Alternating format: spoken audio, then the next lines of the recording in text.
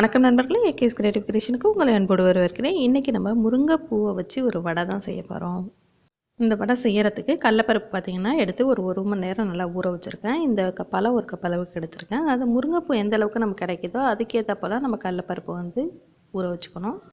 ஊறின கடலப்பருப்பை வந்து ஒரு மிக்ஸி ஜாருக்கு மாற்றிட்டு ஒரு கொரகொரப்பான ஒரு ஸ்டேஜுக்கு வந்து அதை அரைச்சி எடுத்துங்க. ரொம்ப ஃபைன் பேஸ்ட்டாக அரைக்க வேண்டாம். கொஞ்சம் 1, 2மா இருந்தால் தான் நல்லா வடை கிறிஸ்பியாக இருக்கும். நம்ம அரைச்சி ரெடி பண்ணி வச்சுருக்க கடலப்பருப்போட இப்போ வந்து 1 ஸ்பூன் அளவுக்கு சோம்பு வந்து பொடி பண்ணது அதையும் சேர்த்துறேன். இதோட 2 பச்சை மிளகாய் பொடி பொடியாக கட் பண்ணி வச்சுருந்தேன், அதையும் சேர்த்துட்டு 4 பூண்டு பற்களை வந்து நல்லா உரலில் போட்டு இடித்து வச்சுருந்தேன். அந்த வாசனைக்காக அந்த பூண்டு பற்களையும் சேர்த்துட்டு, பெரிய வெங்காயம் பொடியாக கட் பண்ணது அதையும் உள்ளே சேர்த்துட்டு, ஏற்கனவே காரத்துக்கு நம்ம பச்சை மிளகாய் சேர்த்துருக்கோம், அதனால் ஒரு 1/2 ஸ்பூன் அளவுக்கு மிளகாய்த்தூள் வந்து நான் சேர்த்துருக்கேன். நீங்கள் உங்கள் காரத்துக்கு ஏற்ற மாதிரி சேர்த்துங்க. இப்போ இந்த மாவுக்கு தேவையான அளவுக்கு உப்பு சேர்த்துடலாம். அடுத்து நம்ம க்ளீன் பண்ணி எடுத்து வச்சுருக்க முருங்கைப்பூவையும் வந்து உள்ளே சேர்த்துடலாம். முருங்கைப்பூ கிடைக்கும்போது கண்டிப்பாக முருங்கைக்கீரையும் உங்களுக்கு கிடைக்கும். அது கிடச்சிச்சினாக்கா அதையும் வந்து இந்த முருங்கைப்பூ எந்தளவுக்கு சேர்த்தோமோ அந்தளவுக்கு முருங்கைக்கீரையும் கொஞ்சம் சேர்த்துக்கிட்டால் வடை நல்ல வாசனையாக இருக்கும். சப்போஸ் முருங்கைக்கீரை இல்லை, பூ மட்டும் தான் கிடச்சிச்சினாலும் நீங்கள் பூ மட்டும் சேர்த்துக்கலாம். ஆனால் கீரை சேர்த்தா இன்னுமே வந்து வடை வந்து ரொம்ப சுவையாக இருக்கும். அதை எல்லாத்தையும் ஒன்றா கலந்துட்டு இதை போல் பால் ஷேப்பில் ரவுண்டாக வந்து உருட்டி ரெடி பண்ணி ஃபஸ்ட்டு வச்சுக்கோங்க. நம்ம உருட்டி வச்சுருந்து அந்த உருண்டைகளில் ஒன்று எடுத்துகிட்டு அதை இதை போல் உள்ளங்கையில் வச்சுட்டு ஒரு லைட்டாக ஒரு ப்ரெஸ் கொடுத்திங்கன்னா அழகாக ஒரு ரவுண்ட் ஷேப் வந்துடும். அந்த ஓரம்லாம் கொஞ்சம் உங்களுக்கு உடஞ்சி வர மாதிரி தெரிஞ்சிருச்சுன்னா அந்த ஓரங்கள்லேயும் இப்படி லைட்டாக அமுக்கி விட்டிங்கன்னா அழகாக வந்து அந்த வடைக்கான ஷேப் வந்து உங்களுக்கு கிடச்சிடும். இதில் வந்து ஒன்றும் வந்து சிரமமே கிடையாது. இப்படி லைட்டாக நீங்கள் ஒரு ப்ரெஸ் கொடுத்தாலே அழகாக வந்துடும். இப்போ இப்படி திருப்பி அந்த வடையை வந்து நம்ம பிளேட்டில் வச்சிட வேண்டியதான். நீங்கள் வந்து நல்லா ப்ராக்டிஸ் ஆனவங்களாக இருந்தாக்கா டக்குன்னு இந்த உருட்டி வச்சுருக்கிறத வந்து டேரெக்டாக எண்ணெயிலேயே அப்படி இப்படி தட்டி போட்டுருவாங்க.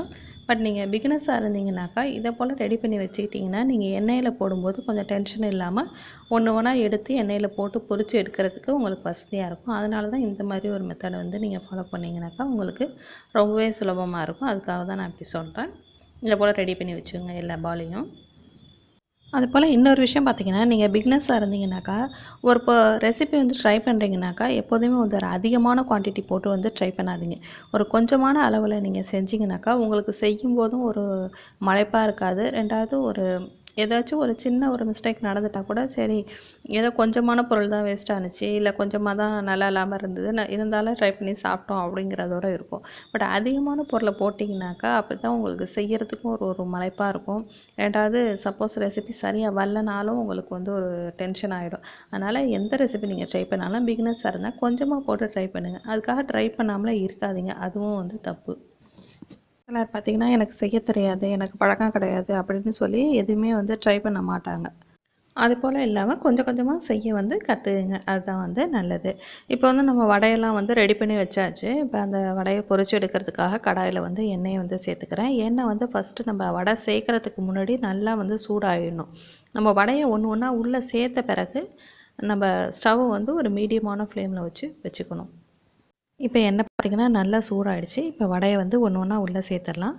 அதுக்கு முன்னாடி நம்ம சேனல் நீங்கள் இது வரைக்கும் சப்ஸ்கிரைப் பண்ணலன்னா கீழே இருக்கிற ரெட் கலர் சப்ஸ்கிரைப் பட்டன் அமைக்கி மறக்காமல் சப்ஸ்கிரைப் பண்ணிடுங்க. கூடவே பக்கத்தில் ஒரு பெல் பட்டன் வரும், அதையும் ப்ரெஸ் பண்ணுங்க. அதில் ஆல்ங்கிற ஒரு ஆப்ஷன் வரும், அதையும் ப்ரெஸ் பண்ணிவிடுங்க. அப்போ தான் நம்ம சேனலில் போடக்கூடிய எந்த வீடியோ வந்தாலும் உங்களுக்கு நோட்டிஃபிகேஷனாக உங்கள் மொபைலுக்கு உடனுக்குடனே வரும்.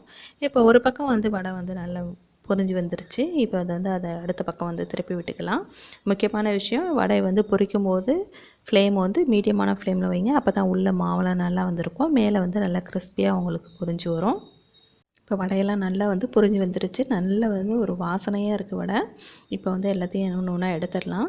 முருங்கைக்கீரையிலோட பலன்கள் வந்து பெரும்பாலும் எல்லாருக்கும் தெரிஞ்சிருக்கும். அந்த முருங்கைக்கீரையில் எந்த அளவுக்கு பலன் இருக்கோ அதுபோல் வந்து இன்னும் பல மடங்கு வந்து பலன் வந்து இந்த முருங்கைப்பூவுக்கும் இருக்குங்க. அதாவது முக்கியமாக பார்த்திங்கன்னா நம்ம உடலில் உள்ள இந்த பித்தத்தை தணிக்கக்கூடிய தன்மை வந்து இந்த முருங்கைப்பூவுக்கு இருக்குது. அதனால் கிடச்சிச்சின்னா கண்டிப்பாக வந்து தவற விட்டுறாதீங்க. இது போல் வடையாவோ இல்லை பொரியலாவோ எப்படியோ ஒரு வகையில் உணவில் சேர்த்துக்குங்க. இப்போ நமக்கு சூப்பராக வந்து வடை ரெடி ஆகிருக்கு. இந்த அளவுக்கு மருத்துவ குணங்கள் உள்ள அந்த முருங்கைப்பூவை வச்சு ஒரு நாவுக்கு சுவையான ஒரு வடையை வந்து நம்ம ரெடி பண்ணியிருக்கோம். இப்போ வடை எந்த அளவுக்கு கிறிஸ்பியாக இருக்குங்கிறத உங்களுக்கு உடச்சி காமிக்கிறேன், நான் சாப்பிட்டு காமிக்கிறேன். அப்போ நான் சாப்பிடும்போது அந்த க்ரன்ச்சினஸ் வந்து எப்படி இருக்குதுன்னு உங்களால் ஃபீல் பண்ண முடியும். கேட்டு பாருங்கள்.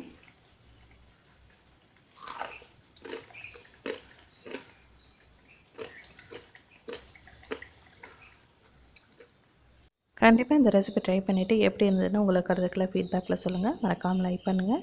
ஃப்ரெண்ட்ஸ் அண்ட் ரிலேட்டிவ்க்கும் ஷேர் பண்ணுங்கள். வேறு ஒரு இன்ட்ரெஸ்டிங்கான வீடியோ உங்களை மீண்டும் சந்திக்கிறேன். வணக்கம்.